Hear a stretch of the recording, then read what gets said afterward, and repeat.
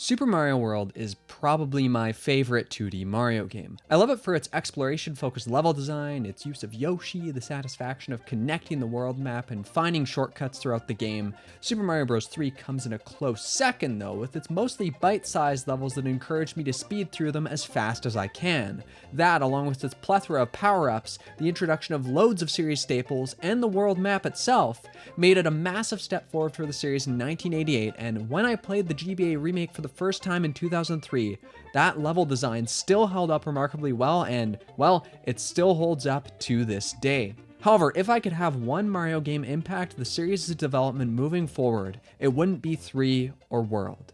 Nah, I'd have to go with Super Mario Land 2, The 6 Golden Coins. On its own, this is a solid title and probably my favorite on the original Game Boy. A big part of this comes down to how unique it is. Though there are definitely some series staples, it also has a variety of its own enemies and aesthetics. I mean, let's take the tree zone, for example. The first level takes place outside the tree in a pretty naturalistic environment. In the second level, however, you're traversing the inside of the tree trunk, climbing up to the top. From there, you go through the leaves or fight your way through a beehive. Finally, at the very top, you have some tricky platforming above the clouds before you fight the bird boss. The main thing I want to highlight here is that the game manages to explore its aesthetics in a manner that is both deep and wide. What I mean is that each of these tree levels easily could have looked similar, with some wood-esque appearance, but instead they are all different. That's the wide part.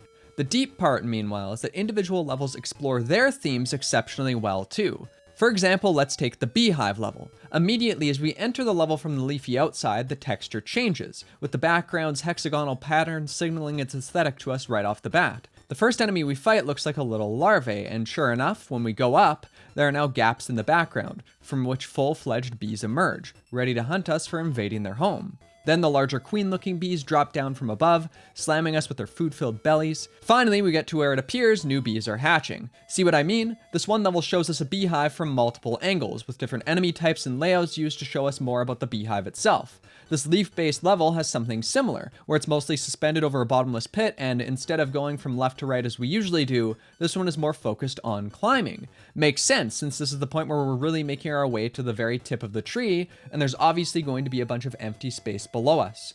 All in all, this attention to detail is consistent, and it leads to levels that feel exceptionally well thought out.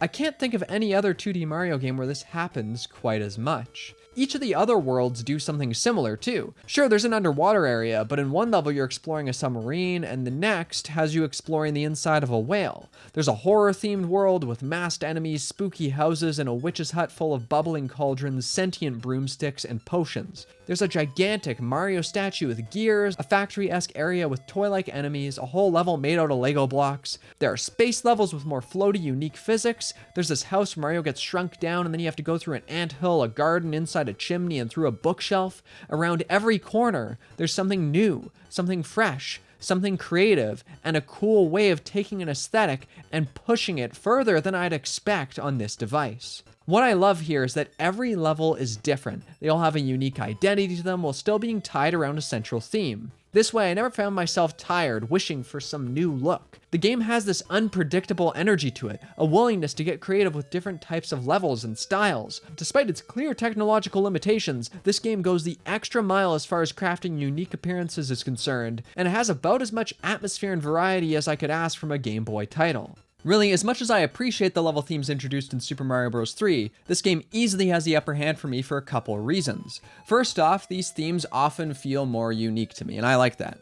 Beyond that, though, Super Mario Bros. 3 usually didn't tackle its aesthetics from that many different angles. I mean, sure, you had a desert level where you were outside of a pyramid and inside, but that's about as far as it went. Super Mario Land 2 simply pushed this far further, despite the weaker hardware.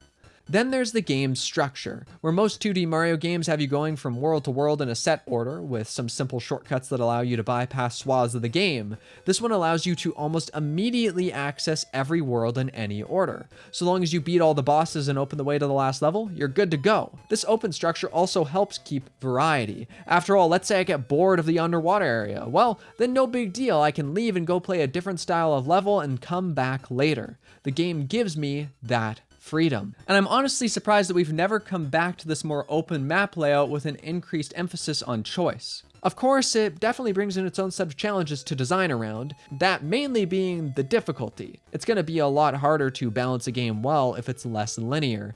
Overall, though, I think they did a really good job here because each world's levels generally get more difficult as they go along, and I don't mind some peaks and valleys as far as video game difficulty is concerned. But then there's the final level. Oh boy, this thing it's pretty wild. As a kid, I remember desperately trying to make my way through this, and the feeling I got when I beat it, mamma mia. But as it usually goes with childhood games, I went back to it and it was still really hard. This castle kicked my keister. I mean, seriously, the amount of different hazards and tight platforming you need to do in one run, it's pretty crazy. I still love that about it though. The sudden difficulty spike encouraged me to truly master the game, and when I go back to previous levels, I'm able to fly through them. Plus, it helps this feel like a real capstone to the whole adventure. And since it's so long, they're able to throw in a lot of different ideas that were touched on earlier in the game.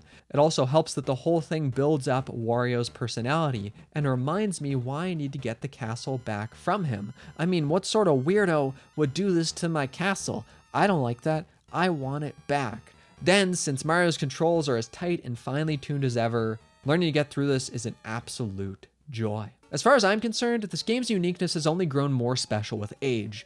Now, I don't want to hate on the new Super Mario Bros. Series too much, but, well, actually, yeah, I kind of do. I don't really have too much of an issue with the original new Super Mario Bros. DS game, because that one, well, it had been a long time since the previous one, and sure, it mostly borrowed from 3's aesthetics, but it did have its own unique spin on those things, its own art style that helped it stand out from the crowd. The real problem came in when they kept using the same aesthetics over and over and over.